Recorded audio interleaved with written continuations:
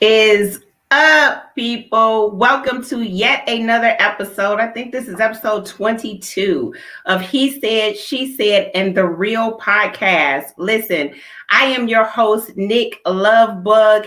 Listen, I just want to tell you, if this is your first time tuning in, make sure you shout us out in the comments. We love to talk to our guests.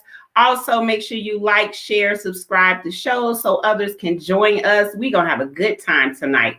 This podcast is about relationships, situationships, how to just not go down with the ship. And I could not do this discussion and conversation without my fabulous co-host. So I'm going to bring them in so we can make the noise.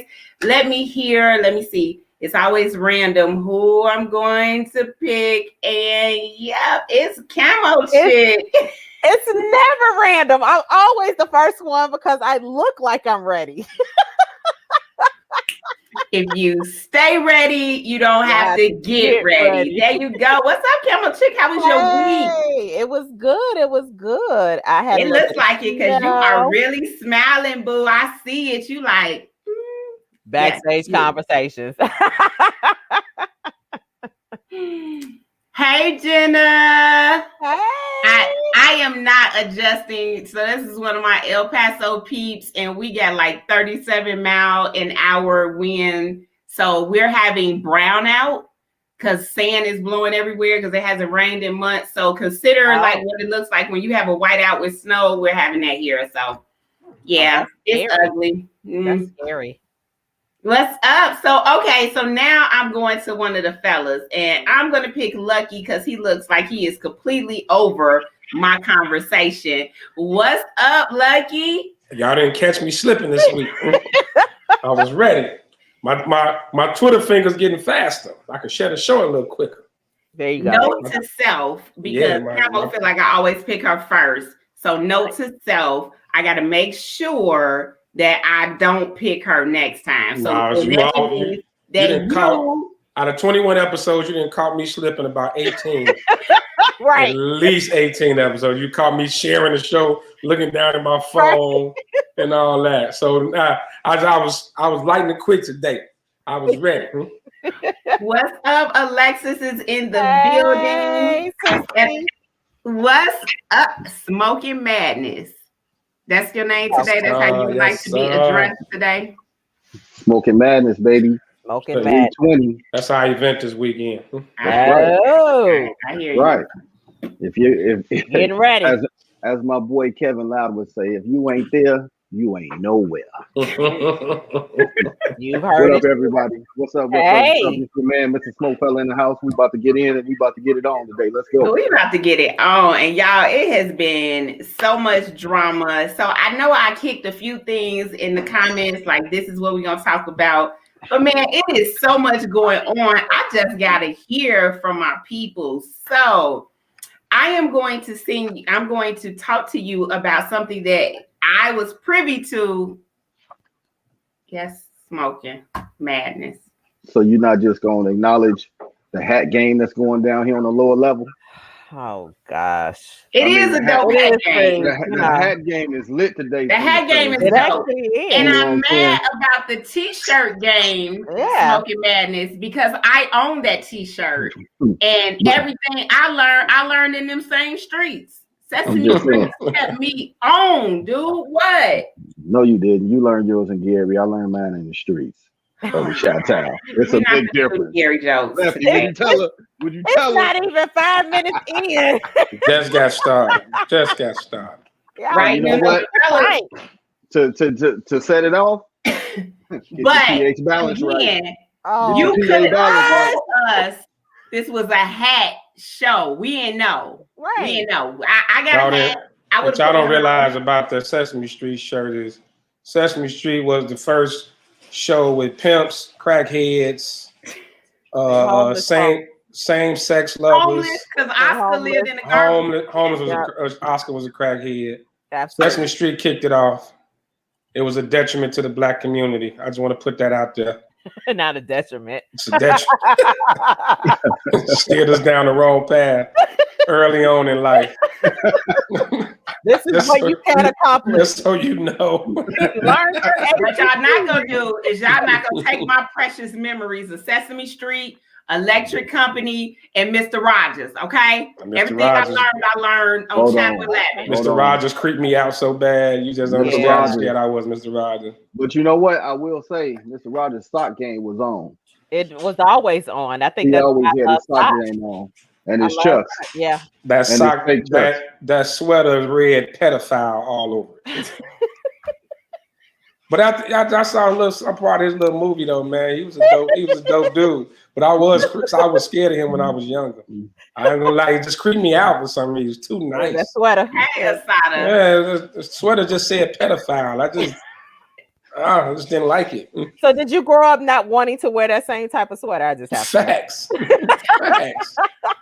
Facts. So you know what you're getting on your birthday. I was gonna say note The sweater. to self. Right. Asada says she likes the hat. So now Yeah. Thank you. you Thank you. already know. What's We gotta come up, up with the PB? right. We They have to come up always BB, say what up? to put us in on it. So you just already know the ladies are coming with the dopeness next time. Just let y'all know. Honestly, we didn't. Me and him ain't talked today. We didn't plan this. We didn't plan this at talk all. today. Swear to God, I ain't talked. I've been working all day. This is what we do. Whatever. You just felt the vibe. You just felt the I'm in vibe. my feelings, and so Right. hold on. And she has been triggered. All right, I'm back. So Nick, you remember when we was down in Houston? We do dope shit. Period. We shall not speak on Houston because Houston jokes can go all night, and y'all was not dope all them times. We're not gonna talk about the little game, the drink game that was going on where Lefty was getting drunk because he was getting set up. Oh yeah. Carry on. Carry on. Change the subject quickly, apparently. Or All the, right. or the security guard to try to get to the pool. Oh, that is by far one of the funniest stories ever. And the fact that none of us moved. You know, we knew we were out there illegally. I was going to go to jail with strangers. And yet here we are. All right, y'all. So still look. together. And we still together. We survived car accidents and all kinds of stuff that weekend. Man. A lot to tell. And sing. Yes. Right. So I got Right. a couple of things. I figured I'd start the night off with a few surprises to my panel, right? And so I'm gonna pick on you, Smoking Madness. I saw a comment in one of the dating groups that I follow.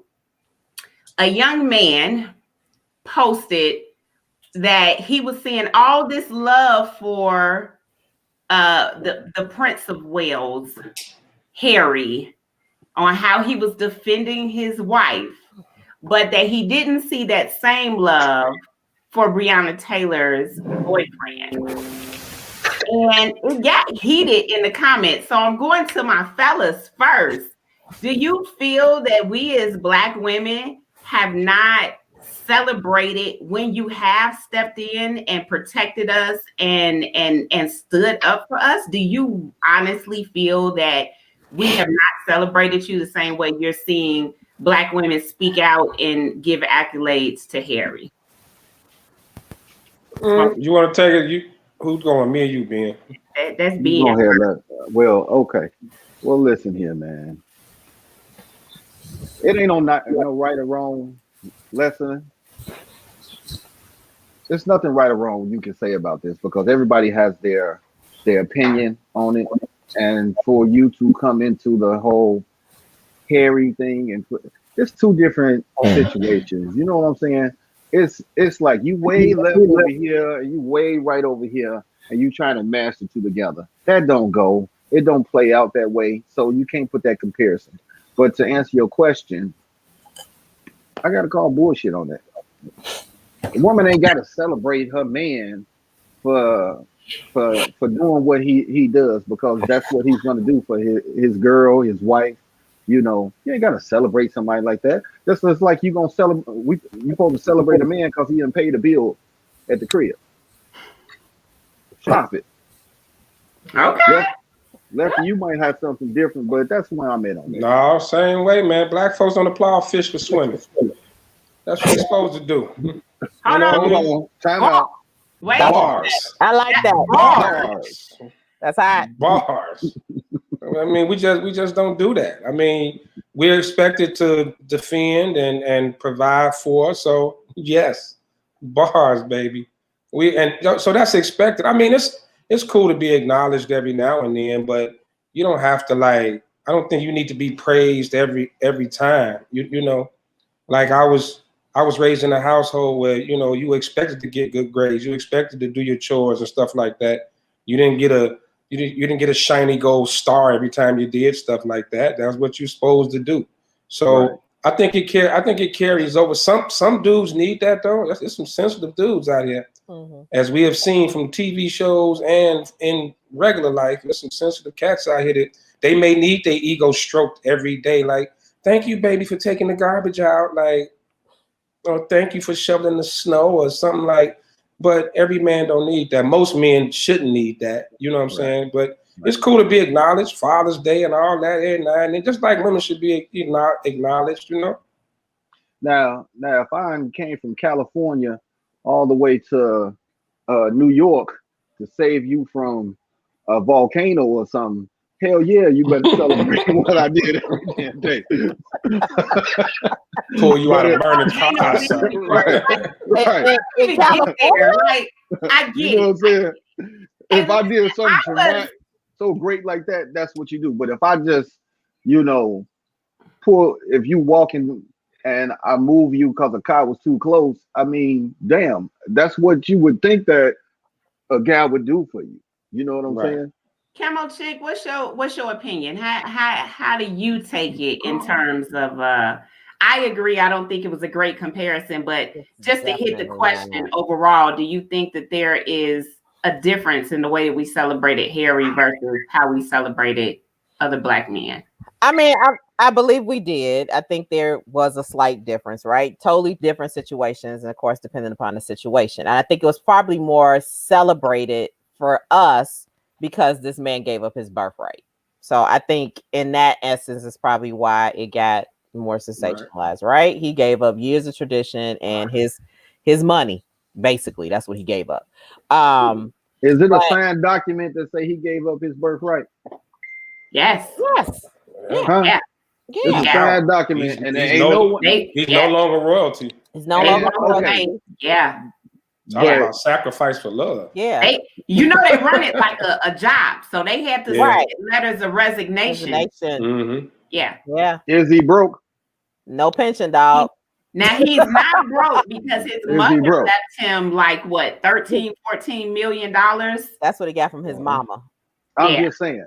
I ain't got no sympathy. He broke by palace standards, though. I ain't got no sympathy. Now, if he would have went from the palace to Green Acres, then we got some story to tell. Green Acres. or the 79th and State.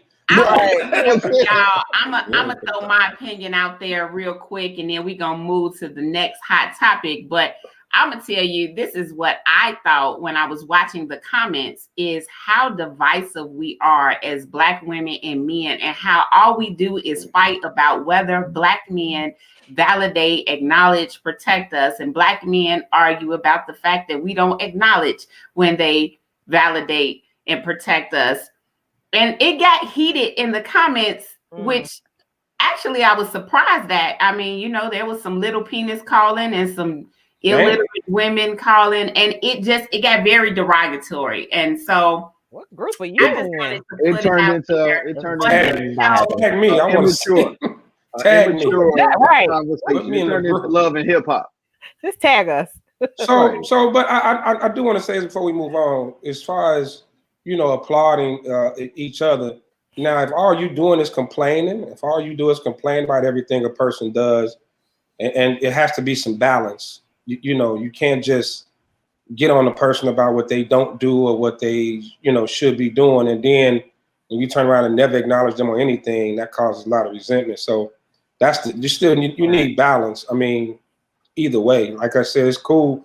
I don't need my ego stroked every day, but I don't need to be torn down either. Right.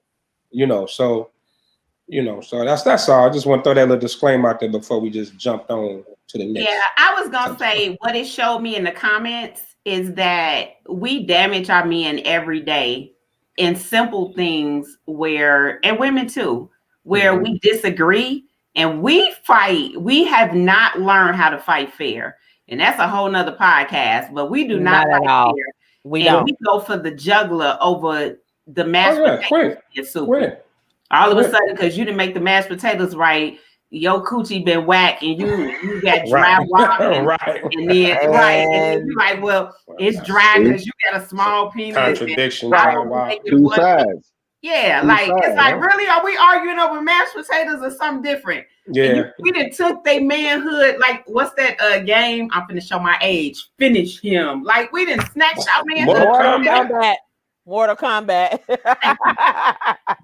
Yeah, we definitely, but I mean, we go there all the time, especially like if you don't agree with the masses, don't get on no real sensitive subject like politics and stuff like that. Like if you don't, like pretty much if you wasn't pro Obama, you was a Uncle Tom Oreo sellout. You had no, and even look, as far as that kind of stuff, I don't care who you can support or you want to support. You know how people came down on Trump supporters that were black. I mean, we go crazy. Mm-hmm. I mean, we turned on Ice Cube, who has made how many songs or done so much. And has we went in on Cube. Absolutely. Man, they went in on Cube. And it's just like everybody has their opinion and the things that they will stand behind. You're entitled. But forget everything this man has done, everything this man has spoken up for. We just totally forgot. Cube was sellout. I ain't never buying his records again. I ain't never watching Friday again. Meanwhile, you was lying because we all watch Friday every time it come on. Exactly. Shout out to Cube. Next Friday. Friday after next. Come on. And guess what? Does Cube really care if you watch Friday? Because once it hit the he already got his pay. He already got his paper. Yeah, but the way he was getting attacked, man, it was ridiculous. Like, come on. All he was asking, especially when he was asking, what are you doing for black folks? I mean, he really didn't. I mean, it was, but especially with social media, that's why, I can't stand when people start the social media rumors and then everybody turn it to fact and then you run with it and then it gets ridiculous. It's a bunch of headlines. We don't even do our information. I feel like you read my notes, and considering I didn't publish them, I know you couldn't have, because that's the next thing. That's the next surprise topic. So for those of you, we don't read them even. Excuse us. We don't. Y'all see what this happened, right? Like Nicole Lovebug gonna come up with all these topics that she ain't telling none of us about. Go ahead. I was just gonna say, for those of you who didn't know, I am tired of them not reading the notes. So I gave them some notes in the chat. It was like, here's what we're talking about. And nobody read them. So I have an alternative list of topics I'm hitting them with. So you getting this raw, real, and uncut. They don't know what Nick is going to go with them. We freestyling. We in a cipher today, baby. Bars. Let's go. And first up, can I tell you, Jenna needs to be on the show. Jenna, this is your formal invitation, because they was not arguing about no meats, just the sides. Right. Oh, my goodness. I love you. You are hilarious, and she usually be dropping some gems over there in the comments. Oh yeah, she got bars. Yeah, she got bars. So listen, this is the next one I got for y'all. Talking to the 16-year-old, and we were talking about this cancel culture. So everything is canceled, and I didn't realize that they had canceled Pepe Le Pew. Because he was a rapist. So he's not going to be in the new Space Jam that's coming out, because they have decided that Pepe Le Pew was molesting people. So now, come on, man. Come on, man. Everybody's so sensitive about that. Well, how do you decide? Like, people don't know how to decipher. They don't know how to code switch. Like, come on now. Pepe Le Pew ain't thinking about y'all. Let me tell you what Pepe Le Pew was. He that thirsty old dude in the club. Or the thirsty young dude. He was a little aggressive, but to call him a rapist, man, was right. I mean, he was to cancel him. I don't care what. Yeah, he's been canceled, wiped out. Like, he shot his shot at everybody, and he was trying to go. He was trying to smash. My name is Pepe Le Pew. You walk around musty all the time. You just trying to get them a little bit. That's all. He was pushing up on too Walk many women. around musty all the You time. gotta know. You cannot be. Yeah, y'all. So let's talk about this cancel culture because she ran down a couple of other like Twitter trends where people were trying to cancel. And some of it was, I was like, what? Like daylight savings time. So baby girl hit me with this one. She said daylight savings time was created so that slaves had more time to be in the field. And I've heard that. like, what? I've heard that before. Somebody like literally went in and said that it was a remnant of slavery, that we should not acknowledge daylight savings time. And I was like, listen, this daylight savings time really knocked the daylights out of me. So I'm cool with not having to go back and forth with an hour because we went on, ooh, Lord. But I told her, I said, I just got one question. You really think Master cared about whether it was light or dark outside for us to go in the field? They were working enough, so he actually changed what the clock said to tell when he was going to. I actually, that's an urban myth, though. Yeah, I've read that before. But you make a good point, though. that slave owner didn't care. That's a nice slave owner. That he was. Well, first of all, they probably didn't have street lights back then, so it probably was too dark for them to pick in the dark. So it kind of add up, don't it? They put him outside with a lantern. That's what they did. If they wanted their cotton picked, it didn't matter if it was 1 o'clock in the morning. Look, a lantern you got to hold with one hand. You need both your hands. No, you had one slave hold up the lantern and everybody else worked. That's less cotton getting picked. Matter of fact, how about this? You don't even need the lamp. This is what in the dark. They didn't care because guess what? The row was the row. You gonna figure it out. Go out there and pick your cotton. I believe and bring me my pounds. This is what I told her. I said the Farmer's Almanac is where I heard that it came from. But does it matter? Like, I'm just curious about, has this cancel culture went too far? I feel like Peppy should come back. I want Pepe Le Pew back. We super woke now. That's all. Yeah.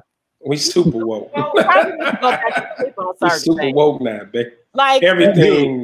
Dude, if that's the case, our entire childhoods are going to be canceled because guess what? There were so many things that happened that we watched and we did that now we're like, I never thought of it that way. Now it's like, do we really want to run our entire childhoods because we didn't realize that Pepe was a little bit more aggressive with the women than he should have been? Really? Wasn't no more aggressive than Bluto on Popeye.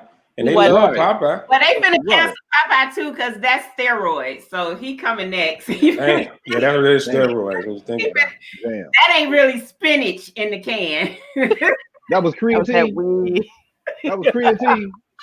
Yeah, man. I mean, it says we in such a super sensitive society, man. It's ridiculous now. Mr. Potato Head, they had to change. Yes, it's Potato Head now. It's not Mr. anymore. It's not Mr. It's gender friendly. Y'all didn't hear that? Gender neutral. Yeah, gender neutral. But you had Mr. and Mrs. No, it's Potato Head now. No more Mr. Yeah. See what I'm saying? Gender neutral.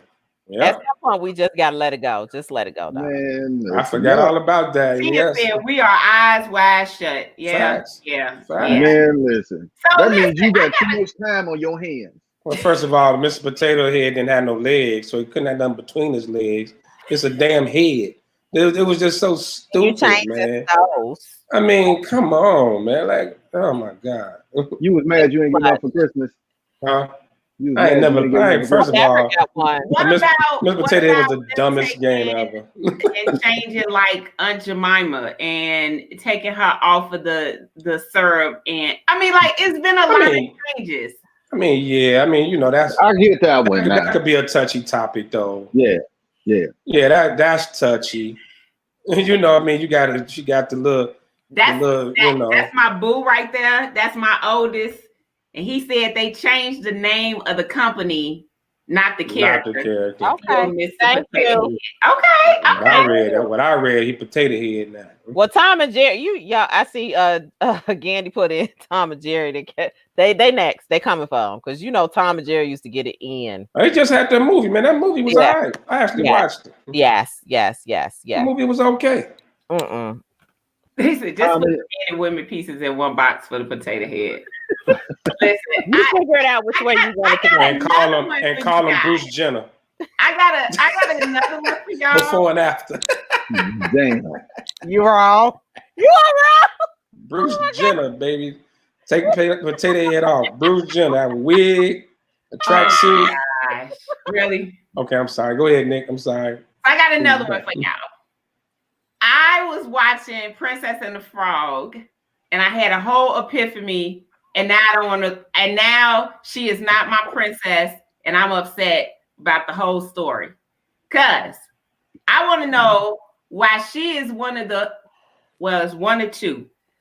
Why her prince couldn't already be a prince?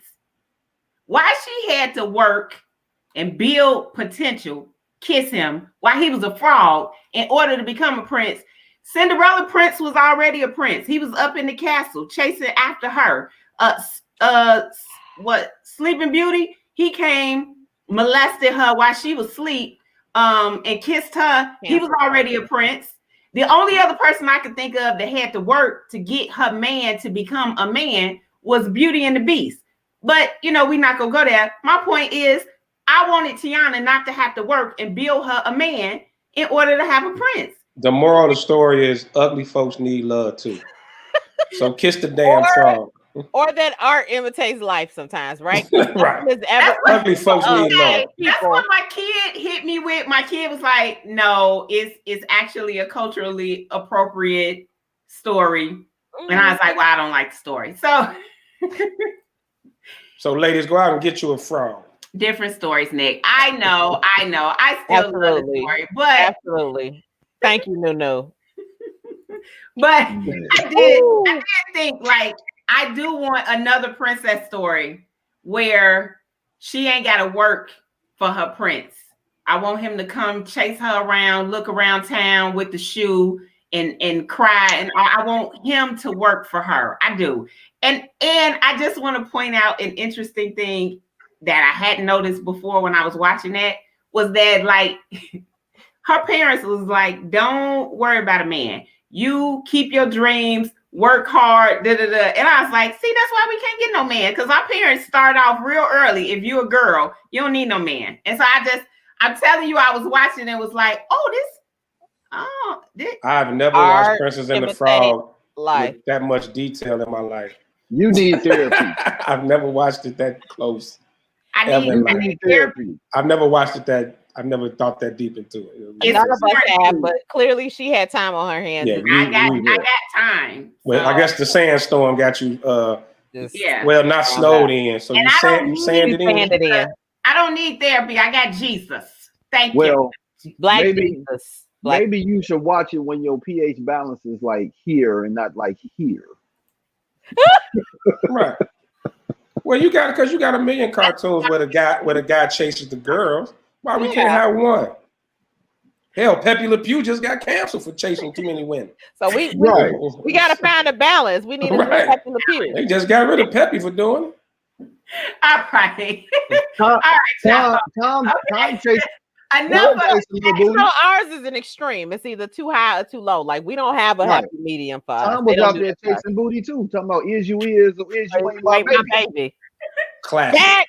Classic. I love that song.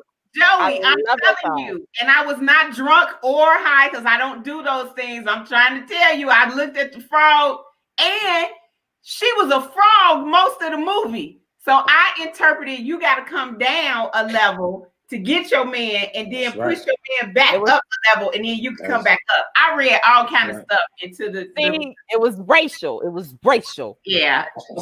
And great job, Princess and the Frog. Great job. Exactly. Okay. Another surprise trivia. I just have to make sure that my co-hosts stay on their feet because they never know what I'm going to throw at them. Okay, I got somebody sitting in the audience and they said Shrek. Really? Wow. Shrek. What was the moral behind Shrek? In defense of my argument, Shrek was not a prince. He wasn't. So He was an ogre. He was an ogre. He was an average Joe that was getting his grind on. Exactly. He wasn't an average. He was an ogre. Nothing average about an ogre. Ogre has been ugly in every aspect of life. There's never been a cute ogre. Nothing ever. Their kids was ugly. Well, if you Their look kids at was it, ugly. That's bad. you know, by day she had the weave, the nails, the eyelashes, and then at night when she went into the crib, all of it was gone. She would have did better with a bonnet. A bonnet on and some lashes. We are done traumatizing my childhood. Oh, okay. Sorry. We're done. Nothing. Hey Z, thanks. Welcome to the party. It's the normal Tuesday tomfoolery going on. Okay, I ain't even drinking. Right. Well, I am. Y'all gonna make me. I'm gonna have to go something harder than what I'm drinking right now. Yeah. All right. So listen, I'm now going back on script, co-host. Thank you. We appreciate that. Okay. All right. Are we going to the Grammys?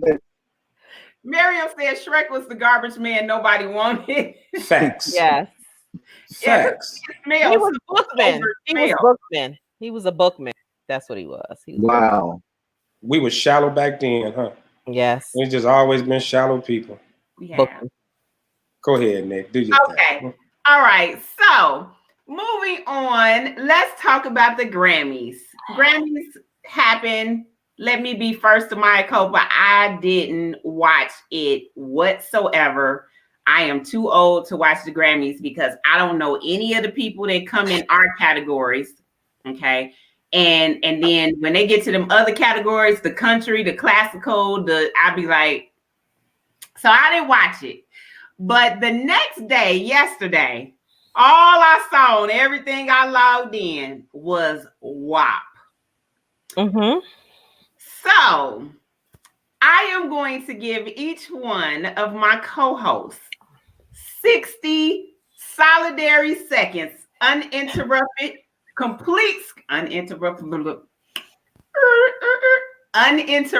screen time to tell the world what y'all thought about the WAP performance, if that's what we want to call it, on the Grammys.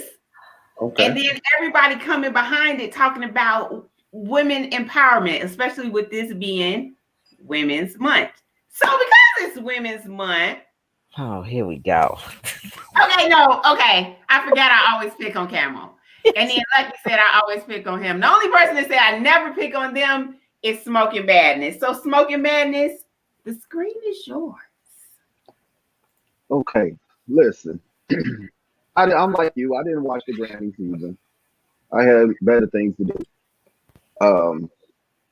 By watching paint dry. so now,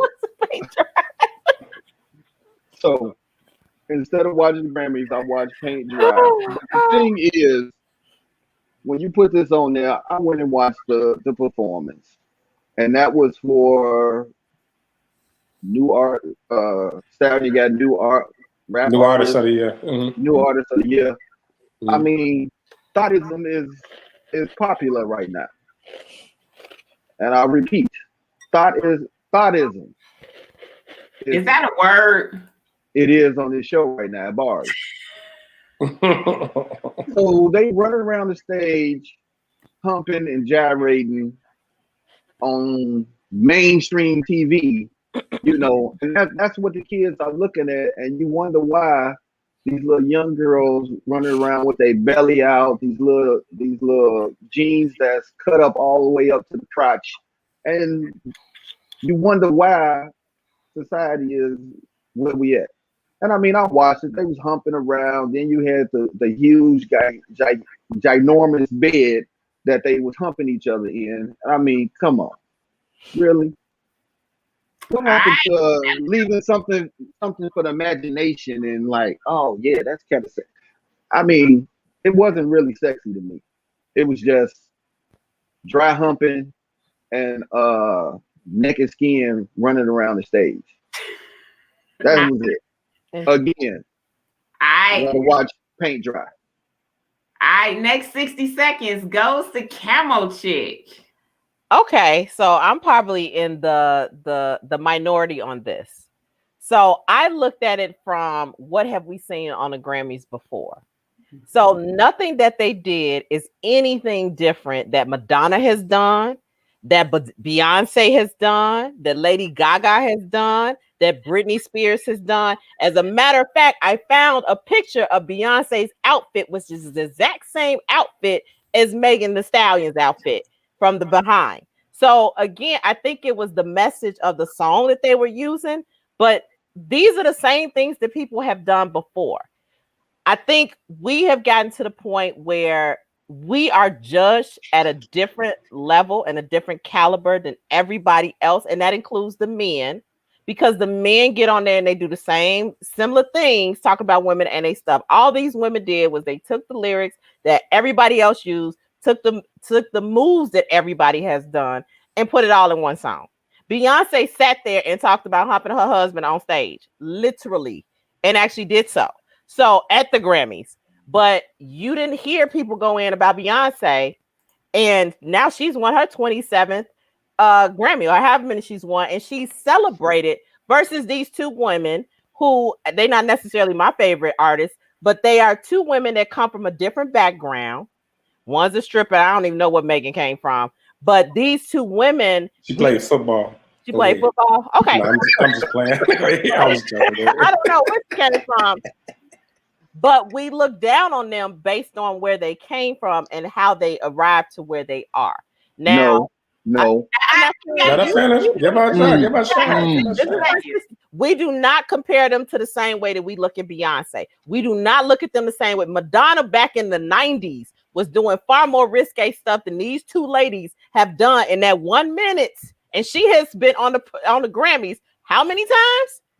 Yeah. All right. So, yes. I'm done. All right, Lefty, come on. What you got? 60 seconds, uninterrupted by us. Give us your shout out. Well, first of all, shout out to Nas, man. First ever Grammy. I didn't know that until they announced it, man. So shout out to Nas, man, Mr. Illmatic himself.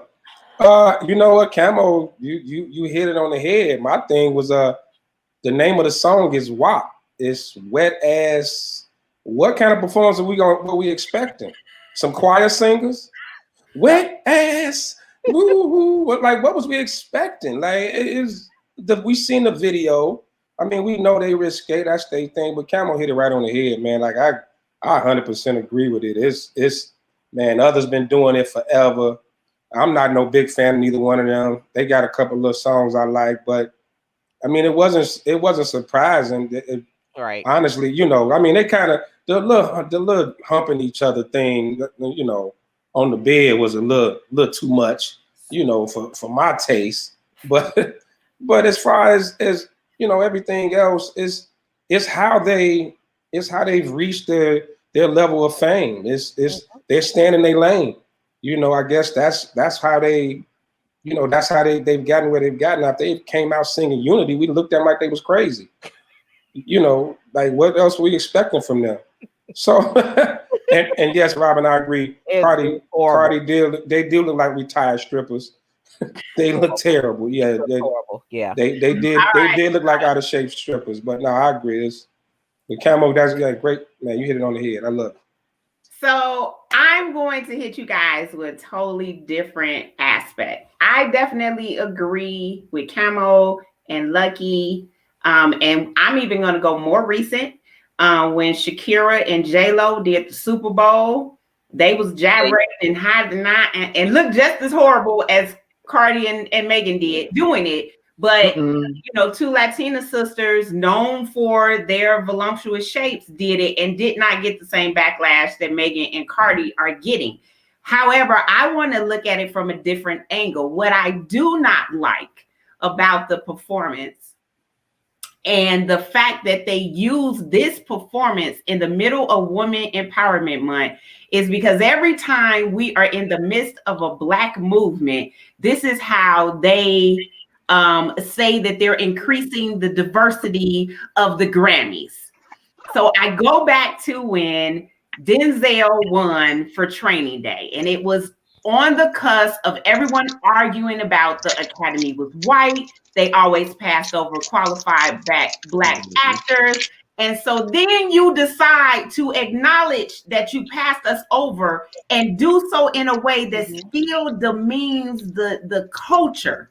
So I don't have any, I love Megan. I think Megan does a lot of good in the hood. If you really look at what Megan is doing amazing things. So no diss to Megan. But I think the agenda is wrong because every time we cry out about having diversity, they do so in areas where they are comfortable with seeing us in. And so shout out that they gave Ledisi her props finally, and she actually got her first Grammy. Shout out to Nas.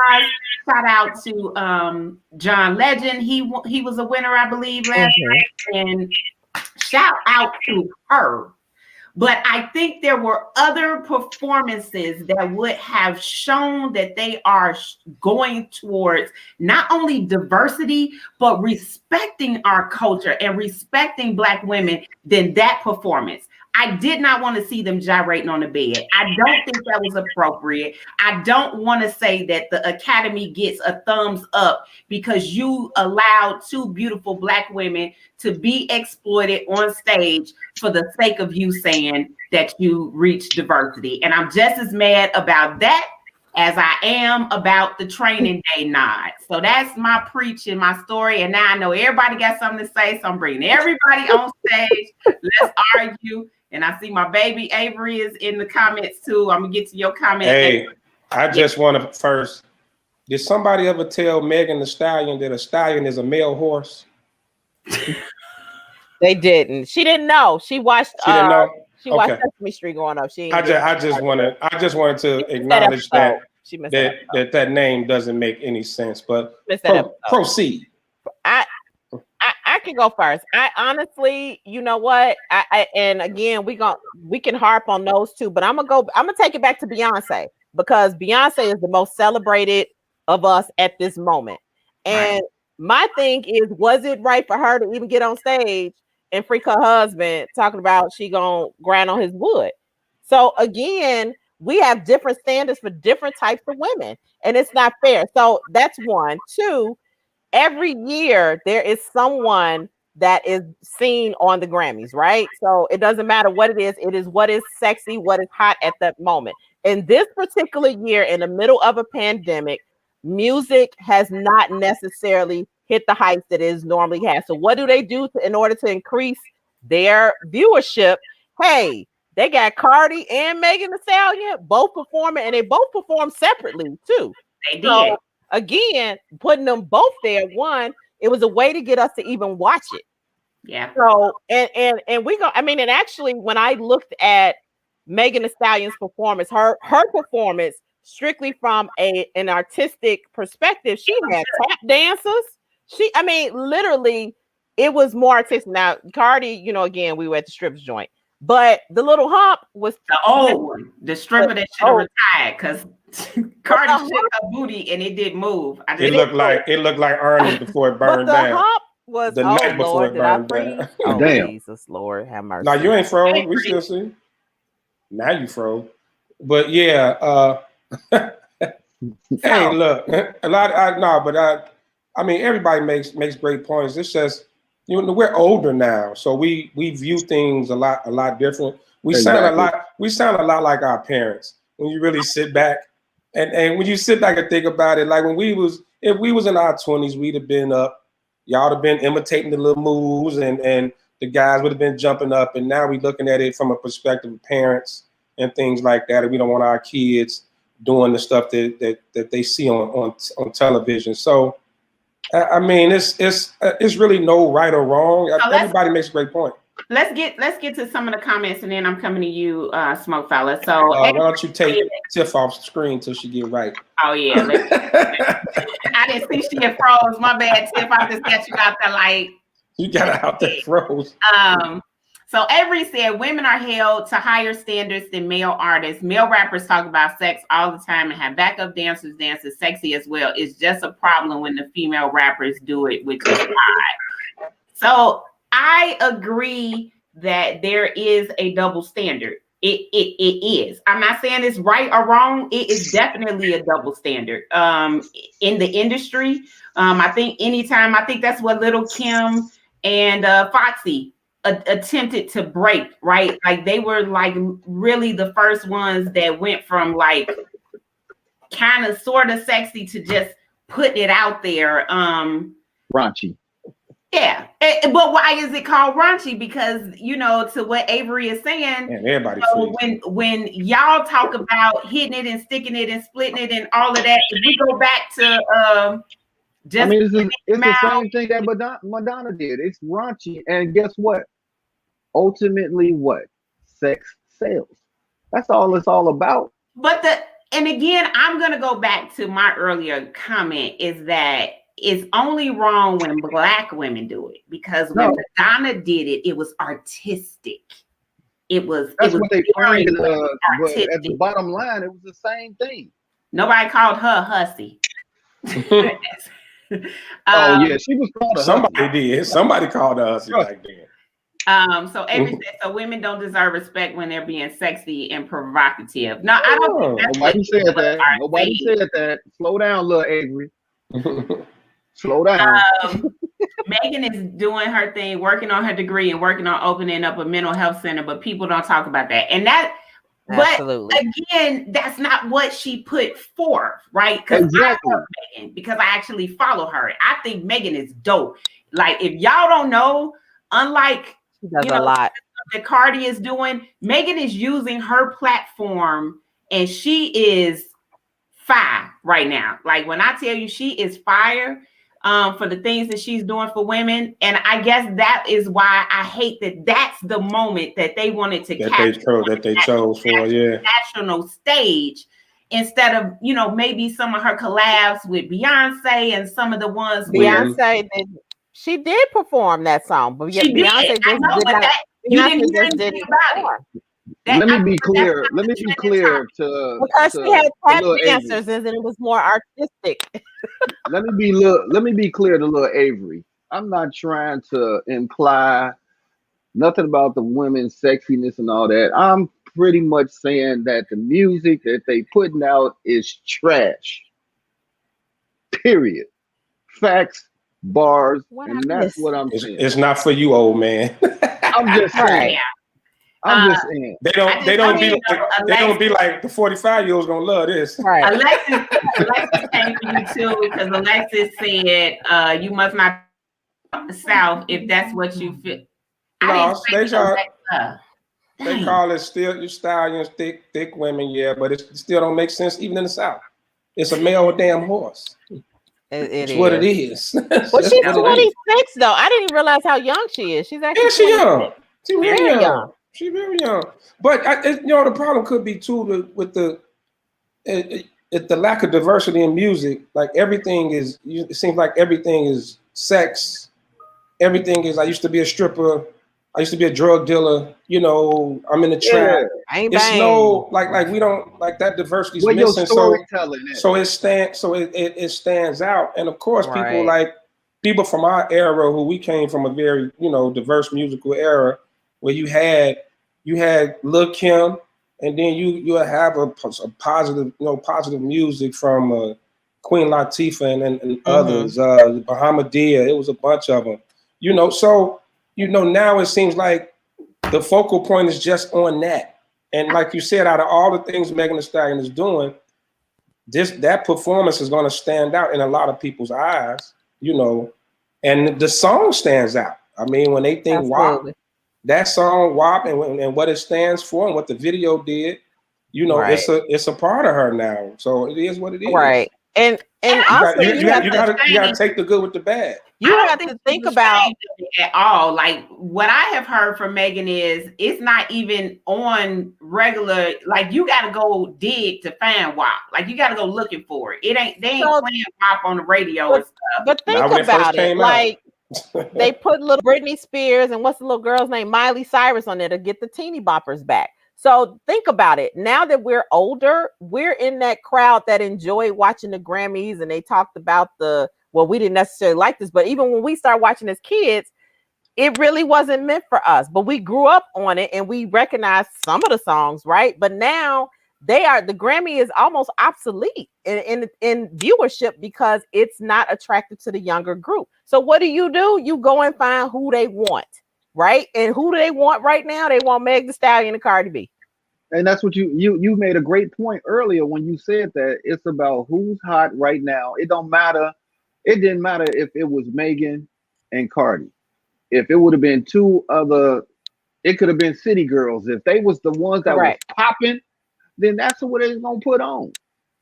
Yeah. And it is what it is. But for me, I love storytelling, whether it's in a song or a rap. So then you can actually visualize what they talking about. Well, you can visualize what Megan and Cardi. It's called Pornhub. No. Yes. It's called Pornhub. Exactly. It's a visualization right there, baby. And you know what? After watching that, I thought about Players Club when what's her name came out to "It's Some Hoes in This House," and everybody was like, "Oh, damn." Right. I mean, I was a little jealous a couple of times because my knees ain't what they used to be. So, when she did a couple moves, I was like, that's a hot ass move, dog. So again, like it doesn't necessarily, although I enjoy again a couple of her songs, it doesn't necessarily talk to our generation. They're trying to get the younger generation out. Yes. Hey, Camo, that's an amazing fact about your knees. I can't stand you.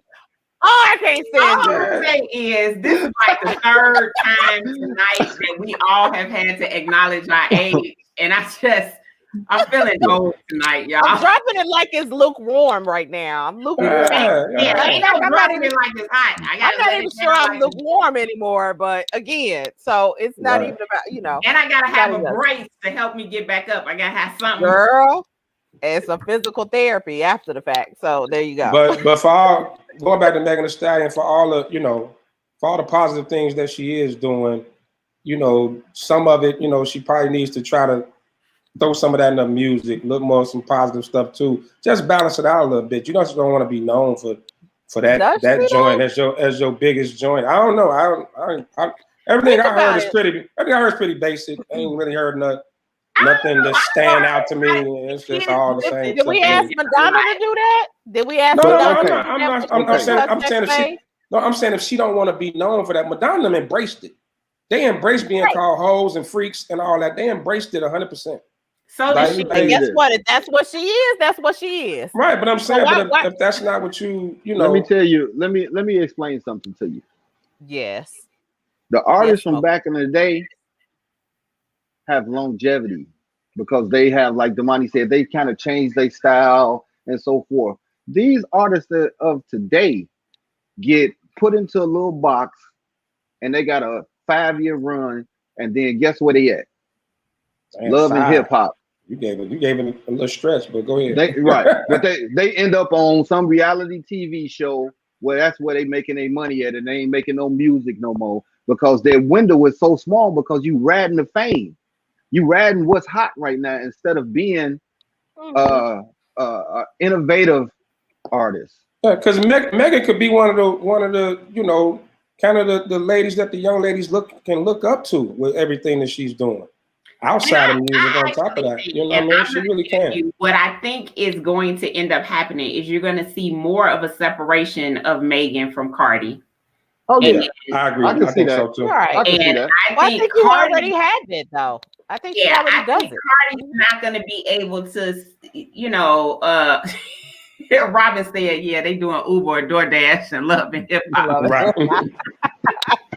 True that. But True that. I actually, to defend, I really like Megan. And I've listened to some of her music through the ears of my 16-year-old because I would have never listened to the song. But I would tell you that I asked my daughter, like, what's the theme song? And it's a Megan song. Don't ask me what it is, but it's like like she feeling herself. So I will say that when you get past some of the raunchiness, you get past some of the raunchiness, Megan does have some really good empowering songs. I'll just put that. But you got to get past WAP. That's all I'm gonna say. So, but I am not mad at Megan or Cardi for capitalizing. Just don't mix up profit with empowerment. That's my only thing. You are doing what you're doing. Bars. Yeah, that was bars. That was bars worthy. That was bars worthy. That was bars worthy. Okay. All right. Yeah. Camo pH balance off. Her laptop got a virus. Her laptop got WAP. I hate everything. You know what? I don't know what's been going on. I've been having problems with my Wi-Fi in the last week or so. I can't stand nothing about TV right now. Generations is crazy. So I'm I think we are. Dang it, Tiffany! You got the spectrum. What kind of internet you on tonight? But I think, Alexis, I think you really are hitting on it that we just realized we are parents. Watching WAP gotta be like how our parents looked at us listening to Prince, Darling Nikki, masturbating in the lobby of, like, come on, y'all. Like, but that was a story though. He was telling you how but the disconnect is real. Like, our parents were disconnected from us. It's the same thing. You put it on R. Kelly, on your mama town, start talking about Marvin Gaye instantly. You know what I'm saying? It was just when we was banging New Edition, they was screaming that they couldn't touch the Temptations. Smokey, they were so quick to put Smokey on. Anything that we had. Absolutely. So I agree. So we got some of our youngins on here. So I agree. What I see is that it's definitely generational. But I also think we can be a little judgy. And speaking of judgy, is that a word? It is tonight. We make up we have our own dictionary. It's in the HSS dictionary. My man drank Sinatra just chimed in. Oh, brown eye. Let me move. Drink Sinatra, baby. Moonwalk. So speaking of judgy, Kirk Franklin told his 33-year-old son that he would stomp him into a better day, a brighter day. And if he didn't like it, he can now behold the Lamb of Jesus in person. So take his silver and gold and smile. So for those of you who may not know, Kirk Franklin's oldest son, 33-year-old, I don't even know his name because it ain't name worthy to me, had an argument with his dad, and he legit only recorded like the last 15 seconds. And Kirk cussed like Peter must have cussed back in the day when they and I ain't talking about no Christian cussing. He said, yo, skinny, your MN I will drag you. Yeah. It was good. I thought it was good. Right. And hit him with a left. And the church say yes. Amen. Now, Kirk Franklin isn't a pastor, right? He's a choir director, right? Like a choir director or something. Like, I really don't know what to call him. He's not an artist. Is he an artist? I don't know. He's an artist. Okay, he's a gospel artist. Yes, that was an old school cuss out. That's just like any man when your son get of age and poke his chest out, then you got to get at him from the street level. He's 33 years old. Right. So he's not a pastor. Okay, that's I didn't know what. Let's just even if he was, put this in perspective. You heard where Kirk Franklin said. Right? Oh, I heard some stuff the son said that even I cussed when I was listening to it. Exactly. So Absolutely. he took it there. And I mean, sometimes you got to get woe out where you show out. He was Bars. 33. Hold on. Bars. Bars? You gotta tell me when You know what I'm saying? We're dropping mixtapes tonight.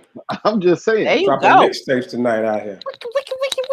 You He get was woe out where 33. you show out. And you would He was like, 33. Lefty, you hit it right on the head. Sometimes that son feeling himself, got his chest out, and At man, 33. you gotta let him know. I don't care how old you is. I He will was put you down. 33. First Let me up, check. let's just ask the fellas. Camel Chick, let me just ask this. Both of y'all are parents. Mm-hmm. If both of y'all are parents of sons, if you said, you little skinny BA, if you don't go sit down and he says, I wish you would, I dare you. Because that's what happened on the call. Your reaction would be, Okay. Had that same energy when I see you. You gonna So snap? Had that same energy when I see you. I'm gonna tell you right now, Had that same energy. like you say, have that same energy. Listen, I'm gonna put it out there. I got a story to tell. So we like Young- stories. Come on with it. young Mr. Smoke fella, I think he was about 14 at the time. Whatever it was he did, we Did you talked look about like it or that? whatever. Wow. No, that's my boy Sweets. But carry on. That's neither here nor there. But you know, we going back and forth, and he balls his fist up Oh. At 14? at 14. So my first reaction was, you know, those little card tables you get from Walmart or whatever. It was one sitting right there. Guess what? He landed on it and it broke. But I caught myself Hey because man. I didn't want to Joe kill him Jackson. or hurt him. And at that point, I said, you got to get out. Only thing that you can leave with is your coat. Leave your keys, your phone, and everything, and bounce. Hey man. Now, you know, at the time I was married, so he out in the cold. It's February here in the shop, so he out in the cold. You know, family coming over there. I'm sitting in my man cave watching ESPN. Like, don't come back here and talk to me about nothing, or y'all gonna get put out the same way. But he was out there for a good 4 hours walking around thinking about what he did. Yeah, man, it's a you know, this whole situation to me, this points more towards the son than it does Kirk Franklin.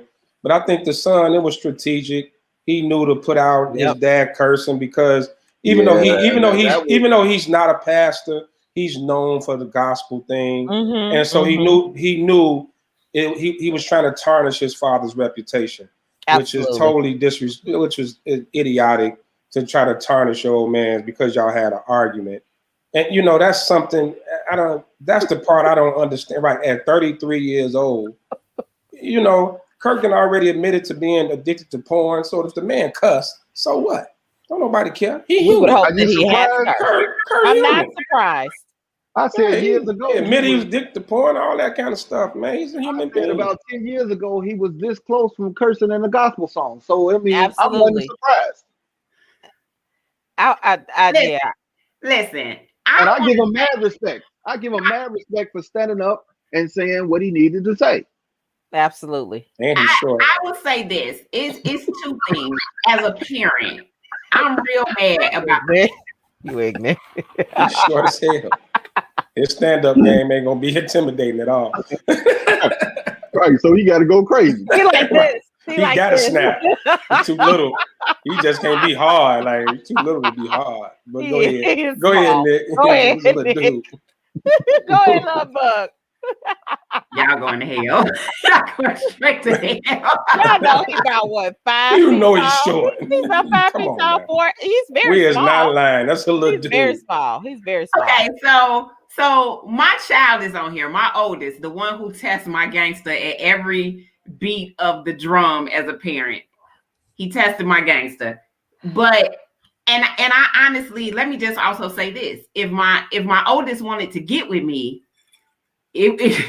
it would have been some work if he tried to go toe to toe with me. Let's not all pretend like we ain't old and need ailments and we relying on sheer adrenaline. Now we picking up something now. To put them hands on our kids. Picking something up now. Right. If they wanted to knuckle up and treat us like somebody in the street, it would be an all-out brawl. But our kids have been taught respect.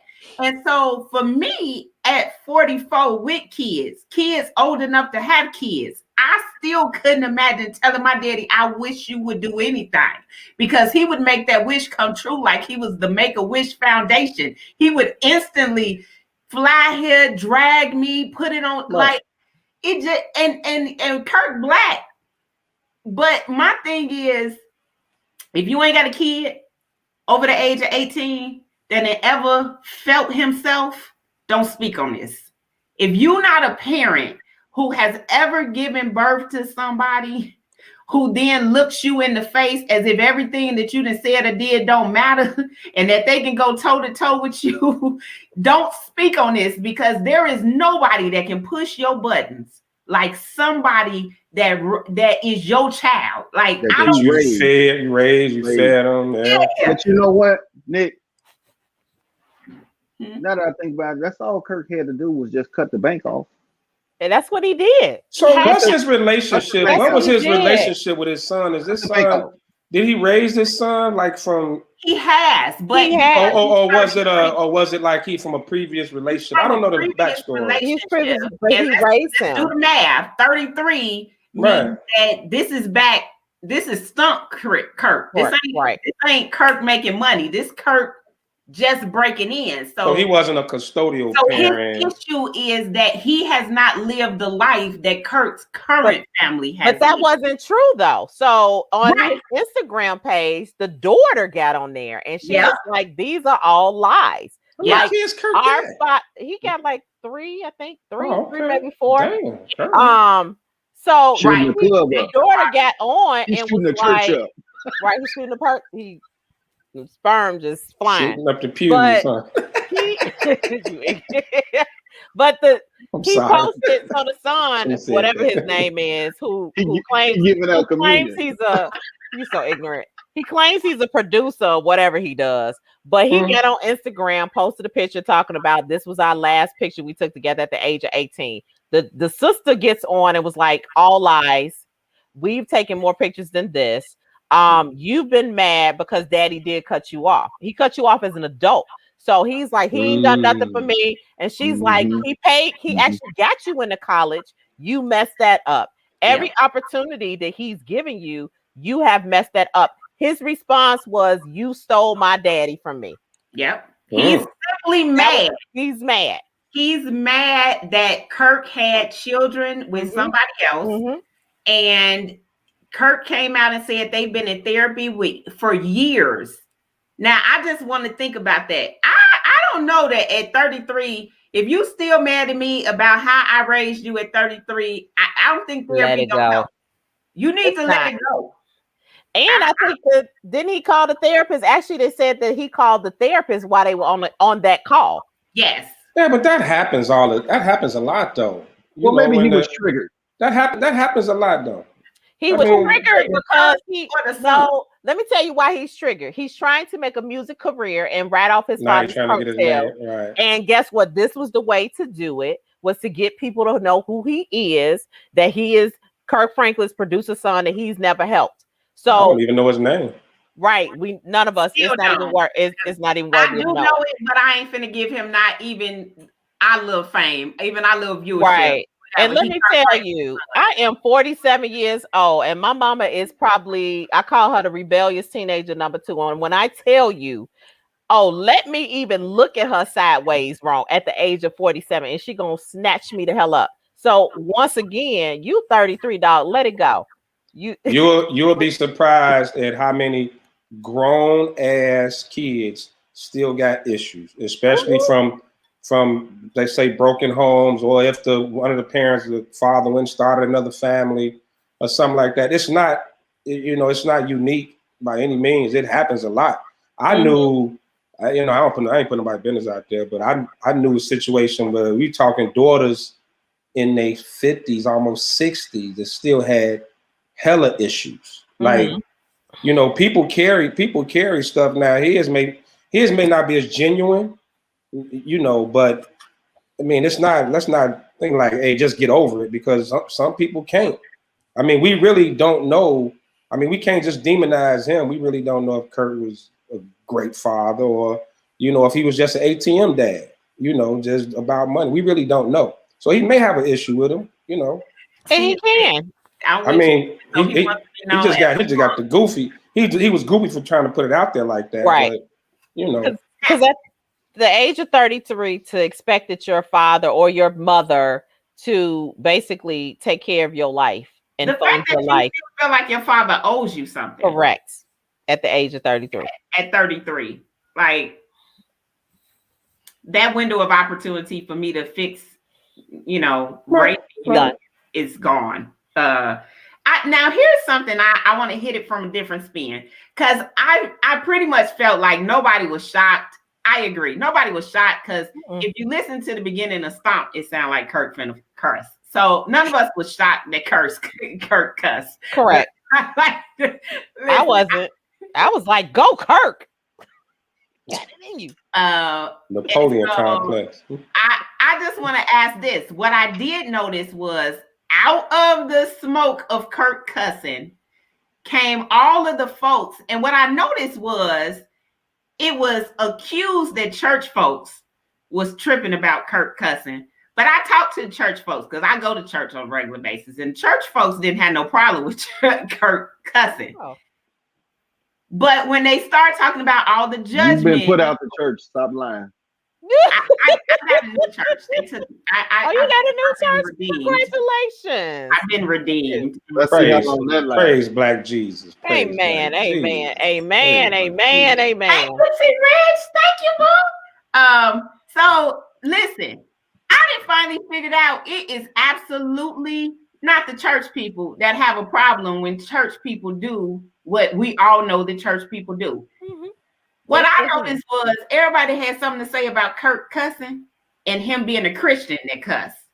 Well, people have left the church and love any opportunity to talk about how Christians ain't this and ain't that, and y'all go to church and give your tithes. And so we finna dip into that real quick. How do you feel about the fact that we kind of all, as church people, get crucified for something that we weren't crucifying church for? I'm a Christian too. Why? The heathens is the heathens. The fact that I have to say that. Well, because I think a lot of it, that's because, you know, over the years, I think, you know, I hate generalizing like church folks, but you have people that were into the church and into the Bible that were very judgmental. Very judgmental on the outside. So then any opportunity was to strike back, folks gonna do it. You know, when you get people, you know what I mean, you judge for how you live your life, or if you're not coming to church every Sunday, or if the way you talk, or if you drink, or if you smoke a little weed or smoke cigars. So you turn around, it's like back then, it's like a lot of people put themselves on this pedestal. You know, and like, I'm a child of God, and you Satan's, you know, you Satan's sperm, because you just do everything that you ain't supposed to do, you know. So then when it's a chance to hit back, people gonna swing back. I mean, I'm not saying I do it, you know, I believe human is human, but yeah, it's not. I mean, it's not. It should nobody be shocked. Like I said, I didn't know if Kirk Franklin was a pastor. I really didn't know, you know. Robin put up he's the minister of music. That ain't the same as the choir director. It's a minister. Depending on what church you attend, it is considered to be a minister. So I'm not gonna say all choir. It's not the same job, though. Not necessary. No. Okay. Yeah, I don't know. I'm saying like it's not necessarily, but depending on where you are, it may be actual. Yeah. So a lot of this is a lot of that is backlash from, and I think that was more the older. You know, the older Christian ways of, you know, oh, that skirt too little, or you know, y'all didn't heard it before.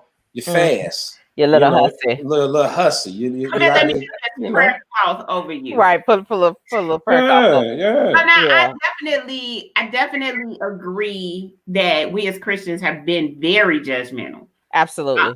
But what I have been seeing is that the response was as if it was Christians that were criticizing, when the reality was, I'm quick to say that being a Christian does not mean that I don't go through things, and that I'm not, that by far I'm not perfect. I'm purposed, and that's different. And the other part of that bars. That was good. That was good. That was good. That was a good and one. and the other part of that is forgiveness, right? Is that absolutely I get to make mistakes and I don't have to live in the shame, and that's the difference. I'm still, so anyway, I just want to put that out there. Go smoke about it. Well, I'm reading some of the comments out here, and I was going back to Marie's comment. Yeah, I don't think that we're trying to dismiss individual feelings. Absolutely. I think we are more so discussing how they were expressed. Correct. Because, they always say people will forget what you say, but will always remember how you made them feel. Correct. So it's not what you say, it's how you say it. Those are the type of things that can make things go on for a lifetime on how you handle a situation, instead of, having a sit down conversation and expressing your feelings. Because as we go back to, communication is key. And, I say that a lot. And it's about having that ability to sit down and have that difficult conversation with the individual that you got some conflict with. Right. And especially if it's a parent or somebody that's close to you, you should be able to, at some point in your life, not maybe the point that you're upset or mad, but at some point in your life, you should be able to be man enough or woman enough to sit down at the table and have a heart-to-heart conversation and put your feelings out there. And now you can start to let go and move on. But if you just holding it back and you lashing out, being petty and things like that, you'll never get over it, because you have never got that chance to really put your feelings out there on the table for an individual to understand your side. And it is not disrespectful, and Black parents do know how to communicate. I think, but also that's my baby, so I can say that. So I think we're also, we're making assumptions, right? Like, we're making assumption that he did this to get his father to atone for past, mishaps, right? But also, let's look at the sensationalism. If I am the child of Kirk Franklin, first of all, nobody knew you were the child of Kirk Franklin. So let's just start there. So now we now know, right? So now we all know that he has a son that, quote unquote, that doesn't have a good relationship with. So now he's starting to get his 15 seconds of fame, which is going to propel his career to whatever. And if his intent was to put it out there so that people would know, he got the Beyonce Beehive effect. Like the Kirk Franklin Stompers came after him. Like, dude, you need to go sit in the corner somewhere because you're 33 years old. So really, it had the reverse effect. And you putting it out in the social media, is that going to make you feel better? I'm sure it didn't. Now that's going to what Marie is saying. So great point, Damani. Childhood trauma is debilitating. Correct. I'm a psychotherapist, and I finally found healing with my mother last year at age 47. We cannot speak to another person's experience and the true impact it has had on their personal growth. Too many Black parents have an expectation that they don't need to assist their adult children heal. So now I'm going to spin this a different way. So many of our Black parents have not healed. I can't assist you in a healing I have not been able to do for myself. Absolutely. And I feel like a lot of children do not give their parents grace, that in the midst of going through trauma, we were trying to raise them. A lot of your parents, our parents, all were either in abusive relationships. I think back to my parents. I think back to some of my grandparents. Abusive relationships, poverty mindsets, single parent homes, bad relationships. So we aren't just parents. And I think Correct. sometimes our children forget that we are walking, speaking, living trauma and hurt, who may have bestowed hurt on them, but that wasn't the intentions. And I think to really heal, it requires both the child and the parent to come together and heal together. And some of that is going to have to be, you just forgive. You can't. Yeah, but that's a little difficult too, Nick, in their situation, because you're looking at if he's truly hurt and going through, got certain feelings about how things went down with his father, and you look around, your father's being celebrated by everyone, right? Like you said, everybody came to his defense. He's being celebrated by anyone. That could cause you to lash out. Like I said, we don't. Like I said, we don't. None of us really. Kirk has done all he can to fix that hurt. Wait. But we've only heard Kirk's side, because no one even knows his son. So, like you said, if you feel a certain way and you feel a certain way about it, just a person, it doesn't have to be a parent, and this person that's hurt you, and perfect segue, person that has hurt you, and like made you just feel low or whatever it is. And the rest of the world is celebrating this person. How do you react? You know what I'm saying? It's easy to lash out. I don't know if people remember, Big Pun's son did a whole diss song on him after he died, because the world was celebrating his father, and it pissed him off to the point where he did a diss record about his dead father. Right. How he was abusive and stuff like that. So people can lash out. I mean, it's a human factor in this. And I think it's important to know that I can't dictate to you. If I hurt you, I can't dictate to you how you heal. I cannot dictate that if I apologize that you receive it. So again, it's about that expectation. Some of us believe if I told you I'm sorry, if I told you my bad, that everything is okay. And it's not always necessarily that. So again, we're not dismissing that whatever happened with his son happened. I think it's about how he went about addressing it in a social platform as a poll. And again, he didn't even release the whole tape. He only released that 2 seconds. So I am pretty sure, and I'm going to go out this and say, I am 99.9% that Kirk Franklin did not get on that phone and immediately go to 10. I am pretty sure there was a 5-10 minute. You can tell by the way he started. He said, "Since you want to." Correct. There was some build up, but his son chose to release that one piece, which gives us a different perspective of what happened as opposed to the whole picture. Why? Because then we would have saw he was also an instigator in the process. So now I want to get to some of the comments, because we got some dope stuff going on in the comments. So Alexis says, I'm still mad about some things and I'm 27. So my feelings don't matter. Do they just dry up like a raisin? No. So she hitting us with the poetry. No, I think at some point, and I'm speaking to my own healing, I have to come to a realization. I think Ayana Van Zandt said it. Sometimes you got to meet people where they are. Sometimes you have to acknowledge where your parents were. There are some of our parents that are never going to admit that they were ever wrong. They going to tell you, I did the best I could. That was all I knew. And they're never going to apologize. And then what? You stay mad? Because healing and forgiveness is for you. So what I'm saying is,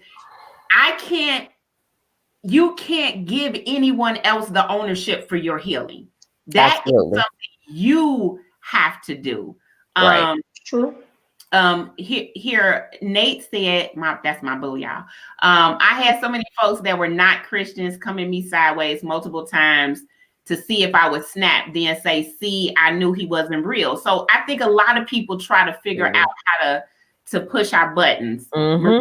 Marie talked about Christianity and ministry does not diminish humanity. Right. Someone not of my faith cannot speak to my walk. There are things that are not heaven or hell issues. Ooh, bars.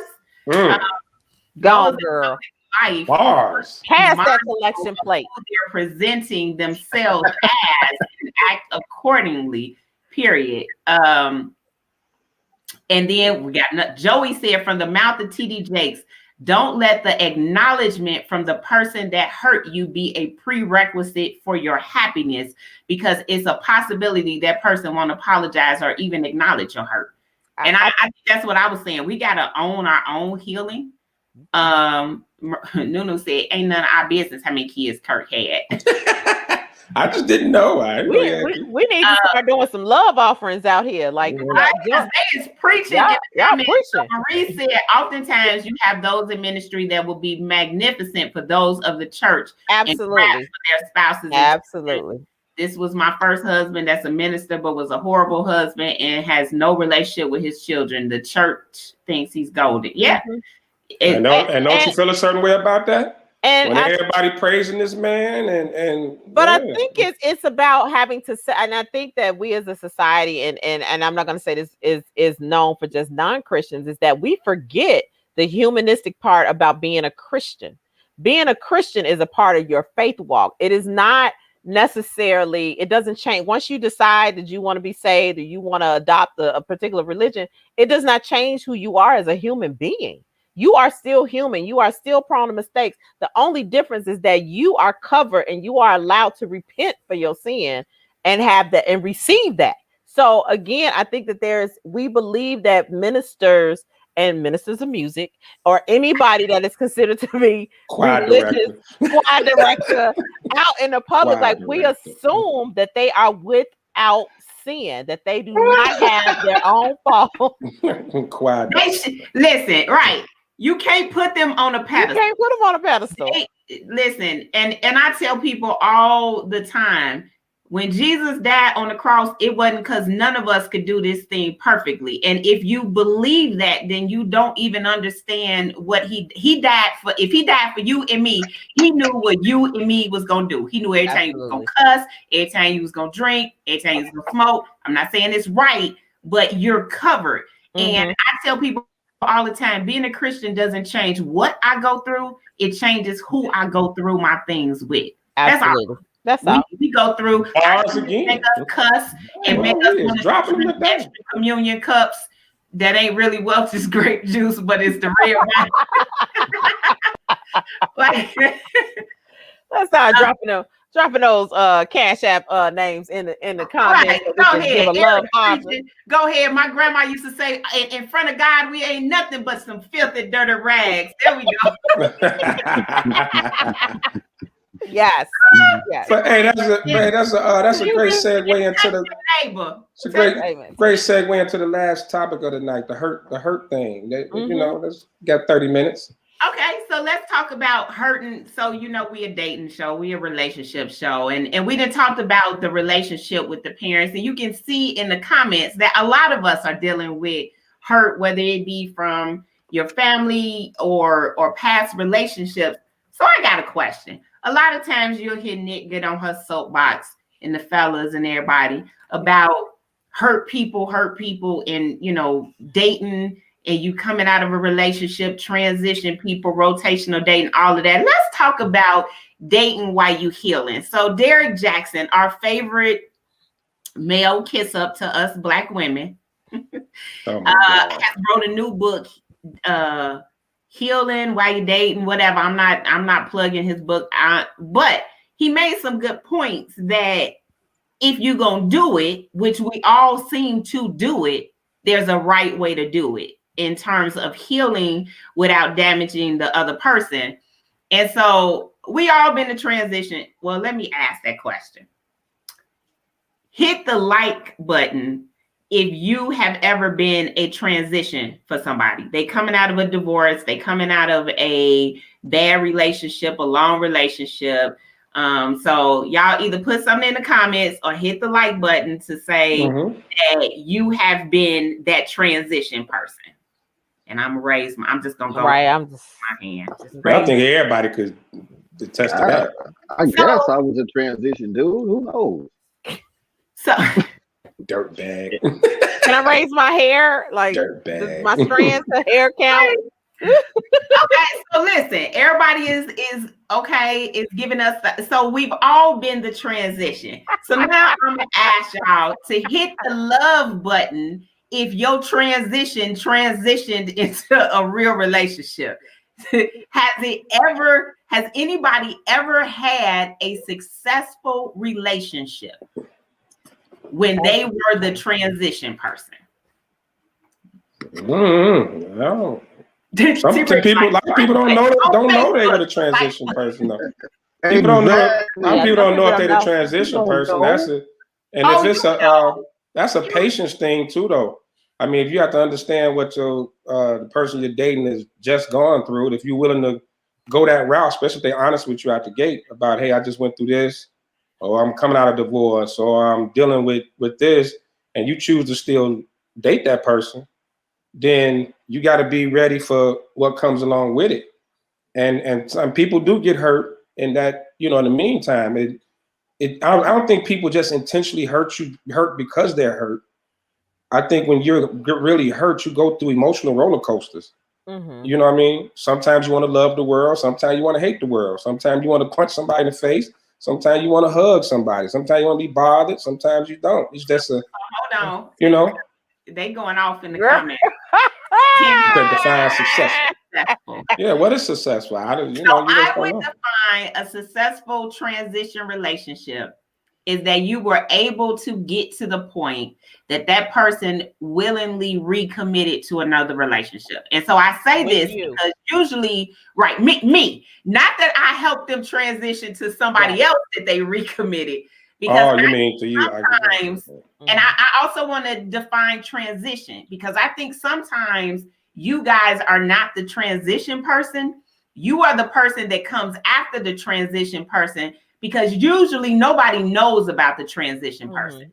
The true transition person is the person while they're still working out the stuff in their old relationship, and they've got somebody that is carrying them emotionally, okay? But they're not committed in a relationship with them.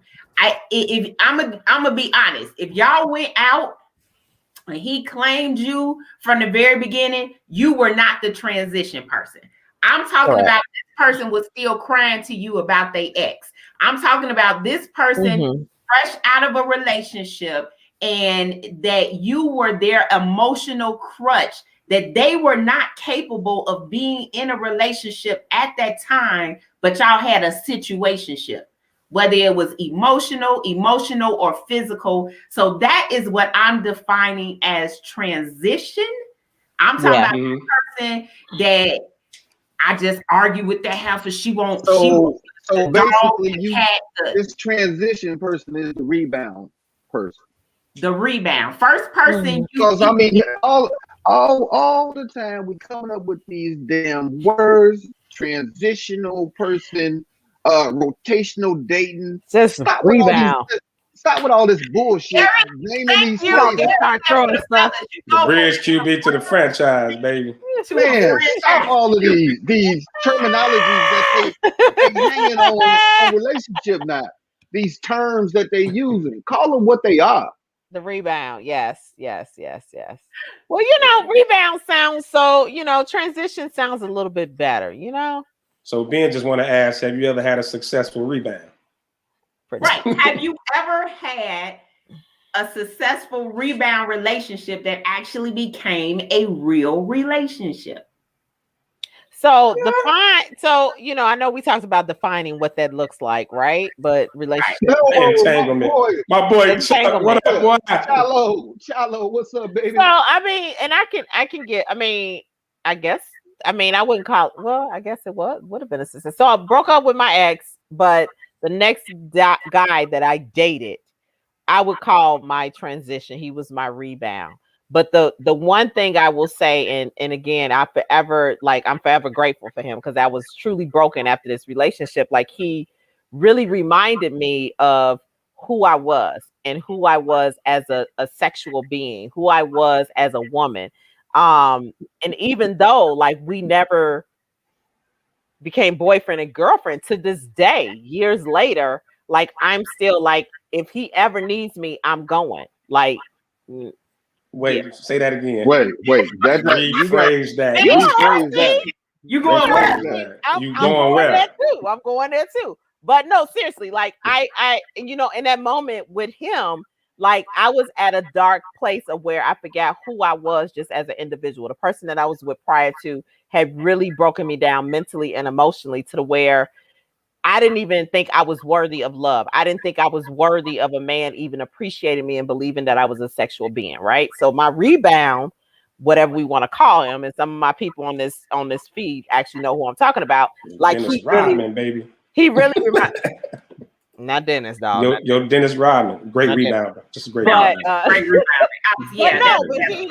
He reminded me of who I am, and although we never got to the point where we were in a relationship, but we were together for several years. So let me ask you this, Camo. Do you think that as he helped you heal, that you damaged him in any way? Actually, no. I think we were what both needed at the same time. He was having his own issues of rebound, so I think we were both each other's rebound, to be honest. And he's quite successful at what he does now, and I think I was what he needed in that moment to help get him to his next stage in life. So now, say that. Now I'm gonna go back to last episode. Yes. When I told y'all that some of you women create a dirt bag for that time in their life by situations like this.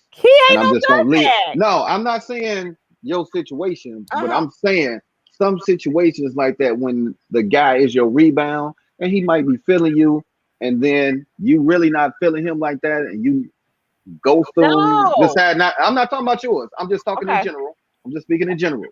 You can create a dirt bag. Absolutely. So I got a question. I have a question because my experience is very similar to Camo in terms of he was very aware that I was damaged and he benefited from the relationship with me in multiple ways. And then we parted ways, and you know, backstage. I can't stand smoking that. Backstage conversation. Go ahead. And I'm not playing into sexism, but do rebounds and transitions look different when it's the woman that's rebounding versus when the man? Is it more damage done when a man is rebounding than when a woman is rebounding? You can't really gauge that meter. I can't. Yeah. You can't. It could be over here. Right. Right. Either way. Yeah. Either way, because if you as I believe I've dated some damaged women before, and it can be hell. And I'm talking about not just damage from the previous relationship, but from like in general past relationships, like have had bad luck dating and bad relationships, and then you the next one up. And then you dealing with all that, you know what I mean? It's better swing. Yeah. It's not. It ain't nothing nice. You getting calls in the middle of the night saying I took a bottle of pills. What? Oh no, man, never that negative. But I mean, I think to some extent, I've been there. I got you. I'm just saying. Because I know for me, I know it was definitely an entanglement. I was coming out. Stick your finger down your throat. My ex-husband was giving me the business. I can't tell you how many times I called this dude crying because of something my ex-husband said or something my ex-husband did. So again, I'm talking about that person that you feel comfortable enough to be fully transparent about how you're transitioning out of that relationship. And my question is, can you heal? Going back to the beginning topic, Derek is basically saying that you can date and heal at the same time. And my question is, can you? Go ahead, Smoke Madness. No. Okay. Because you gotta heal within. And this is just my opinion. No, I agree with you. Not the rest of the tomfoolery panel here. But I think you really need to heal within before you get into something totally different. Now you could be on the back end of your healing and start to get into a relationship because you started to let that go. But when you initially and you went through something bad and then you try to jump into something else, that's not good, because you might, which is rare, find a guy that is sitting there listening to everything you're saying, but then you're gonna have that one guy that you ran into, you get to calling with that sob stuff and they sitting there like, right. Here You know what she I'm go. saying? Here she Here go. she And Here then she you go. slowly, T-Rex said, Like, that girl, when you other gonna drop side the is ball? and the it's back. getting wider, wider, and wider. Then next thing you know, he ain't answering your calls. Right, He right. ain't kicking it with you, and that's because that you pushed him away by all them calls talking about your ex. I don't want to talk about that. I But don't want to talk about him. agree. aren't there situations where maybe someone else can help you heal? Camel, you kind of touched on a little bit by saying, you know, you made you feel, you know, like a woman again, or like, Yeah. you know, especially if you were in a relationship with somebody tore you down. I mean, to the point of insecurity, and then even though that still affects you, here comes the next person, and this person is uplifting you Right, right. and making you believe in. So I think it can happen. Now, if you're lashing out, and I think the difference is if you're lashing out and taking out your anger on this other Exactly. person, then Exactly. that's something else. You know, Right. like So I don't trust no and man I because let's my hit on last some man cheated on me amazing and all that. comments. So Joey Absolutely. said, She ain't no writing books today. Ain't no dating while you healing, in my opinion. The damaged person is different from the healed person. Every time I came out of something, I had to self-reflect because it don't matter who ended it. I always say, what part did I play? Then I make changes and move on to the next. But I have a personality trait that's a gift and a curse. I can literally detach my mind and soul from you and you no longer affect me. That's a beautiful skill. That's a beautiful skill. Girl, So I can Sean, say, you tried it, sucker. right. I can say for mine, like you tried it. So for me, in my that particular situation, like when I broke up with the person, I literally was like, I'm not dating until I can finish healing. Like I'm good. Like I'm whatever. And even now, like I still, if I'm in a relationship and I break up with somebody, I take time for me. Right. So the guy I didn't even meet until maybe 6-7 months later. Right. So I had gotten to a place where I was okay with acknowledging my part of the situation. I was acknowledging that I was hurt, and I wasn't even looking for him. Like he just showed up at a Super Bowl party, actually, to be exact. And We ain't gonna at the Super Bowl party. Party. You breaking the rules. The Super Bowl party, I broke the rules, right? But I don't know if it was a hookup or not. But anyway, that's how we met, and it wasn't the intent of us getting together. We actually just became friends, and so it just spiraled. But it's one thing that you said, Camo. You wasn't out there looking at nothing. I wasn't. Right. And it came to you. And you know, from past history with a lot of individuals that's, you know, in their comments or something, somebody is always put in your life for a reason. Absolutely. You know, this person could be put in your life to help you get through that, or this could be that person that's going to take you away from all that madness that you was experiencing. You know what I'm saying? So everybody's situation is different, but everybody is put into somebody's path for a reason. There is a such thing as the calming of your storm. Somebody that can calm your storm. Absolutely. I mean, I can honestly say I was pretty angry after my divorce and everything, but you know, I found someone that calmed my storm. Like, you know, that got me out of that anger mode. I don't know if I could have did it without her. You know what I mean? Just that's real. I mean, I don't know if I could have did that, you know, because I could have just ran on a rant and just been out here dirt bag, just doing what I do, and then used the crutch of, you know, what I went through or what I was going through. But you know, and that took patience on her part as well. You know what I mean? That took a hell of a lot of patience. And you know what? Please take a moment. No, we need to take a moment and acknowledge like the moment that just took place. And I say this in all seriousness, because one of the things I truly appreciate about this panel is the men, and they're willing to speak on their feelings and be vulnerable about that. And I think that's something we don't always see. So I appreciate that. And that right there just did it. Sensitivity. Lefty, you are not gonna make me cry tonight, man. You're not. I'm not gonna go there. Sensitivity. I love it. I love it. I'm gonna take my hat off. I'm gonna take my hat off to her, because she has made you truly a better person. Between her and Coke and quarantine, I made you into. I mean, that's so. Yeah, you don't know. I'm just saying. This is my take. I think we don't call it dating. Right. I don't think you heal by yourself. Mm-hmm.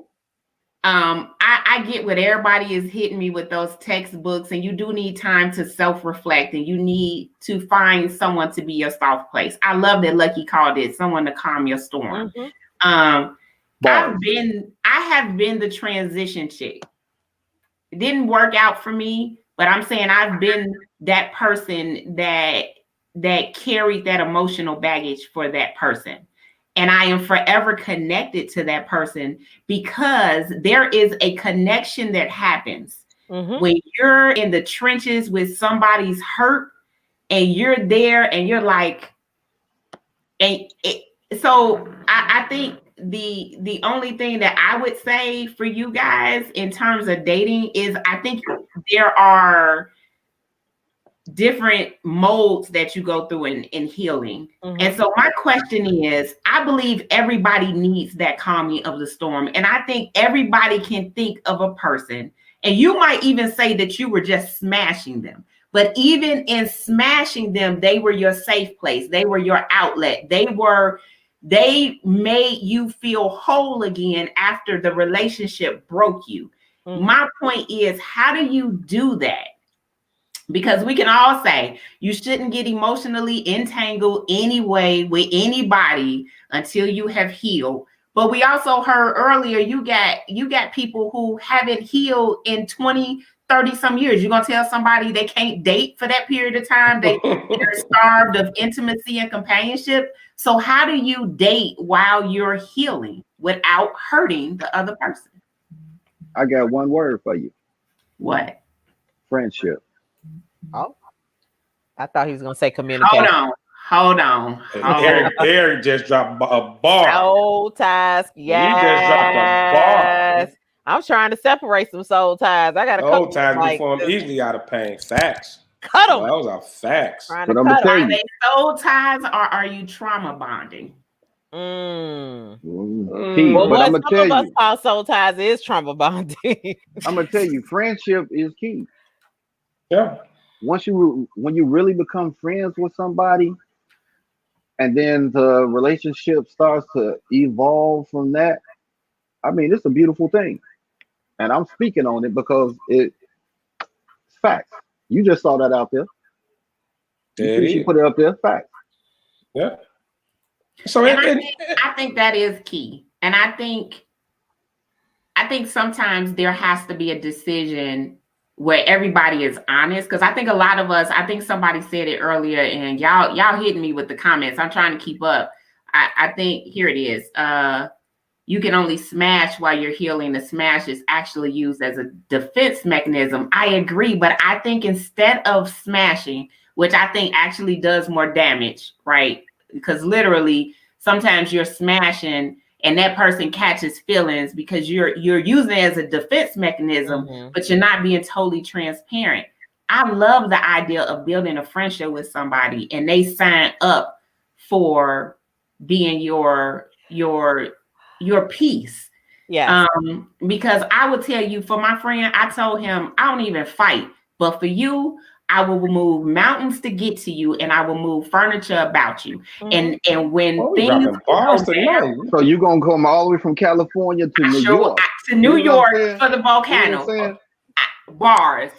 Yeah. Although there are no volcanoes there, but yeah, that's true. Though. It's just a metaphor. No volcano. I got you. really want to go to an island.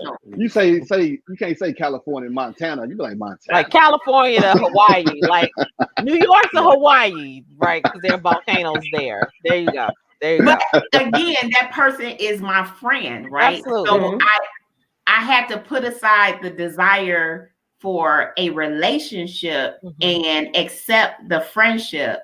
And I think the conversation that was said was, I don't ever want to lose you. So it's some fight. I think there is important, and I think Nunu said it earlier, it's about how you handle your feelings. And so I think you can date while healing if you look for friendship. And I'm not saying you can't smash that friend. Now, let me just be clear. I wouldn't suggest it. so that things don't become entanglement. But I'm saying you seek the friendship first, right? And smash occasionally. Don't smash on a regular basis. They don't. Well, That's first, not necessarily dating though. Like three that's smashes, they in a relationship. Y'all know that's y'all go together. but the I think the first thing you have to do is don't expect the person you're dating to heal you. That's not you're not dating for the purpose of healing. If that's why you're doing it, then you shouldn't be doing it. Like that's you're gonna mess everything up like that. It'll just fall in your lap. You know what I'm saying? But you know, if you're out here looking, just like I can't, like of course I can't make up for your ex for what your ex did to you. Correct. That's not fair to me. I'm not, you know, I can't, you know, don't expect me to come in and you know, undo all the things he's done. That's on you. Now I could be there for you. You know what I'm saying? I could be there and chill with you until you heal. Until you get to what that Marie point. said. Everyone can handle the smash. Honesty eliminates the possibility of hurt. Know what you want, know what you need, and be willing to walk away if they're not offering what you can handle. And Eric's like, but dog, that smash might be fire. Good and plenty. The hurt smash. Good and plenty. Yeah. I mean, and I think that's important. And you made a great point. Is like, what are you looking for immediately after? And I would always caution people, especially if you had, I mean, and no one can ever compare your hurt to their hurt, but to recognize after you finish, what do you need to do to sustain yourself before you move forward, right? So if it is you need a friend, you need a smash buddy, whatever that is, but to be very clear so that the person that you engage with in whatever relationship, and I'm gonna say relationship because in essence you are developing some ties with them, whether it's through a friendship, whatever, your smash buddy, it's a ship on this show. So you have to be very clear because like you said, things can happen after that. So I personally always tell people like you need to take a moment to be by yourself, especially and the older we get, right? Because the older we get, and this is not to minimize anything that happened in our 20s and 30s, but the older we get, when relationships go wrong, I think it's a different level of perspective that we have to put it in, because now that we're all older, we're more set in our ways, we have to truly sit back and think and analyze what the heck really happened. The same. Right, it's not the back same. after a breakup now, it's not the same. Like we all sitting here like bounce back game ain't strong. Like, wait a minute, it take a little longer. That snapback don't be like it is. Like we hurt ourselves. It take a minute. You know, it take a minute. And it's okay. And I think we have to normalize that it's okay to take some time to get yourself together after anything that happens to you. And I don't think we give ourselves permission to do that because we are so sad, especially, and I can't speak for the men, but for the women, after we get to be a certain age, it's like, oh, you done messed up another relationship, right? What'd you do this time? So like, to even think, you know, because society lets all of us women know over a certain age, if we have not gotten married, we're not in a stable relationship, that there is something wrong with us. That's what we're told. You know, and I've had people say, like, I don't want to date a woman that's over X amount of age that don't have kids or has never been married, because clearly there's something wrong with you. And I'm like, but I think I'm pretty okay. But again, there's a different perspective that we put on rejection or put on breakups or hurts after a certain age, that we really do need to take the time to analyze that and push ourselves through it before we engage with another person. But the rebuttal to that is, and T. Rich had a comment up too that talked about it a little bit, is that sometimes that person can help you self-reflect. True. Can kind of show you something that, you know, can kind of show you something about yourself that maybe you didn't realize or recognize that you may need to do different. You know, I don't think it's nothing wrong either way. Either way, whatever works for you. There you go. Whatever works for you. In your moment. Whatever works for you in your moment. Because sometimes, you know what they say, idle mind, devil's playground. Sometimes you need to smash. That time you being by yourself and trying to heal, you be thinking some crazy stuff. You know, but you always got to go back to the song. What did Mama used to say?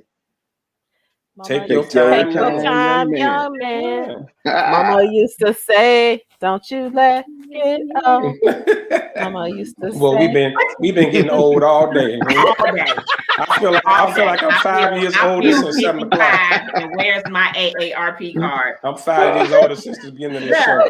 I'm gonna say this, and I'm gonna close out with this.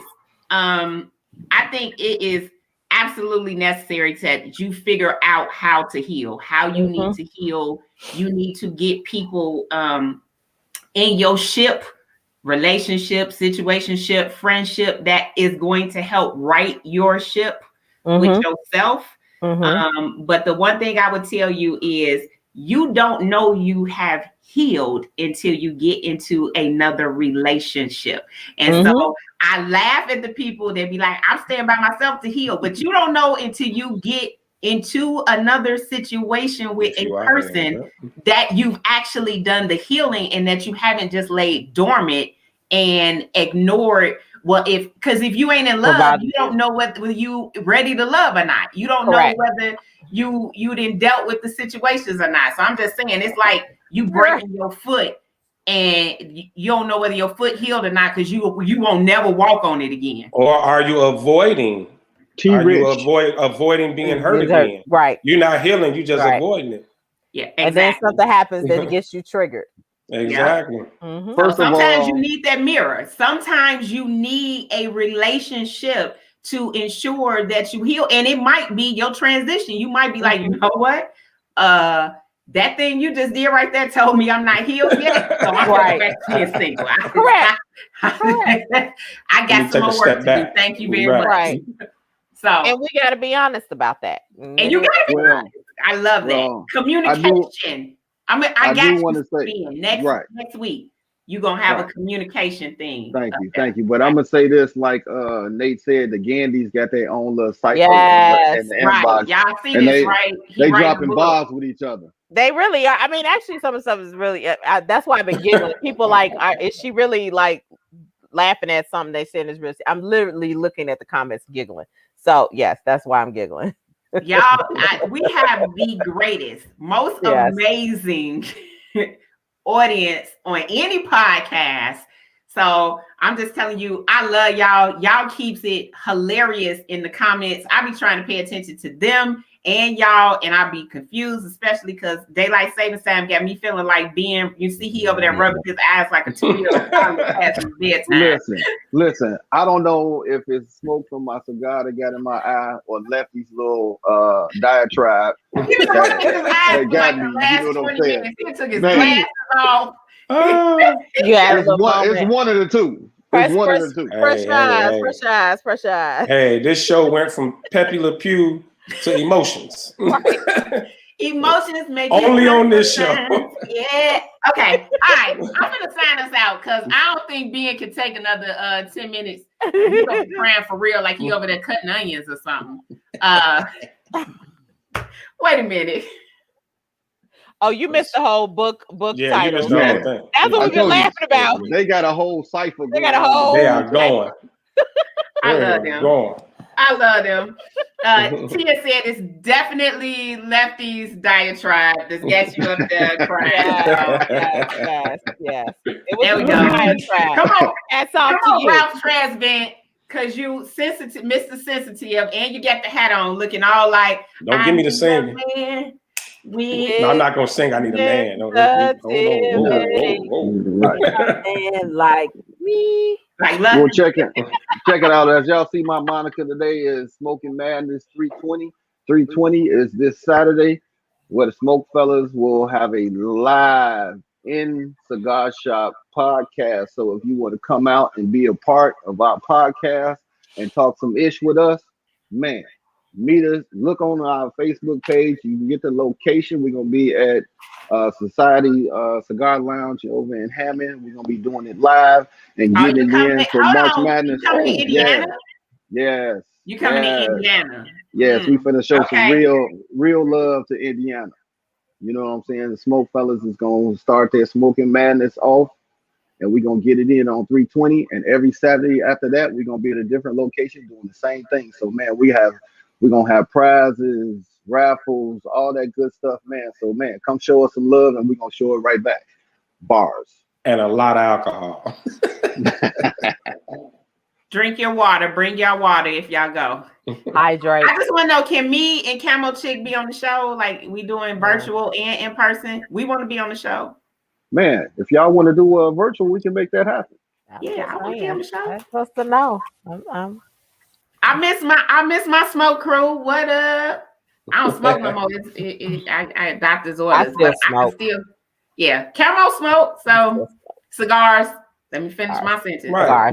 Come on out. So people can meet Camo in person. Yes. All right. Sounds good. Okay, so signing off, Smoking Madness 320.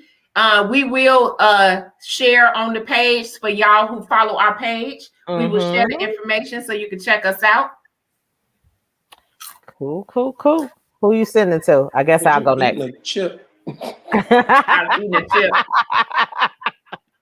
Go on ahead, Camo. I'm gonna sign myself out. Just a reminder that it is Women's History Month, so please take the time to celebrate all the she's that are around you and making sure that we celebrate all that they do, one for themselves and for the community. Quick two announcements. One, for the young ladies that are on here, if you are interested in Queens and Quotes, which will be our next upcoming conversations and painting party, virtual paint party. We had a blast the last time. We had everybody from the ages of 11 up to 78. So please feel free. Deadline is Sunday. We are delivering the paint kits. It is completely free. We deliver everything you need in order to paint. Don't worry if you can't paint inside the lines, because I never can either. And then two, our esports team is starting from middle school to high school. So if you have any youth in the Chicagoland area that enjoys playing Rocket League, Super Mario Smash Brothers, Mario Kart, Smash Brothers, whatever, because clearly I'm not a gamer. NBA 2K, Madden 2K, and then Rocket League and FIFA. If they are interested in playing, they do not have to be a serious gamer. They can come and join. It is free for them to join. They can compete, earn bragging rights, and also go to the national championship and earn $5,000. So if you have youth, send them my way. Always, again, I love y'all. Love this audience. Love my panel. Hats off to my gentleman and hats off to my ladybug. Love that. Hey, Nick, check your text. Hey, so while she doing that, she got me. I'm gonna go grab some Pringles after this show because Nick made me hungry eating that chip on the show. But hey, thank y'all for every Tuesday, man. Honestly, it really feel like a family, man. We all get in here. It's too many of y'all to name. Everybody who tune in every week, comment, even the people that just sit in the background. You know, it's touching when people, I run into people and they say they watch the show, even though they never comment anything. But it's really a good feeling to know that we doing something that people are really sitting back and enjoying, and that we can kick your shoes off after work or whatever it is and talk crazy with us and watch us be silly, sensitive, and all other stuff that we do. And like Mr. Smokefella said, this Saturday, Smoking Madness, we'll be shooting the Humidor Sports and Cigars podcast on location live. Looking forward to it. It's always an exciting time, and nothing else to say but see y'all next Tuesday. All right, y'all. So I'm gonna go ahead and sign y'all out. I am definitely going to share the flyer so everyone can have all the details and the address to the Smoking Madness if you want to come out. Let me just tell you, I am not there, but March Madness, Smoking Madness with Smoke Fellas is an event that you will never forget. So make sure you come out, enjoy, even if you're not into the brackets or understand anything about the tournament. Listen, the fellas, wherever a fella is, a good time is to be had.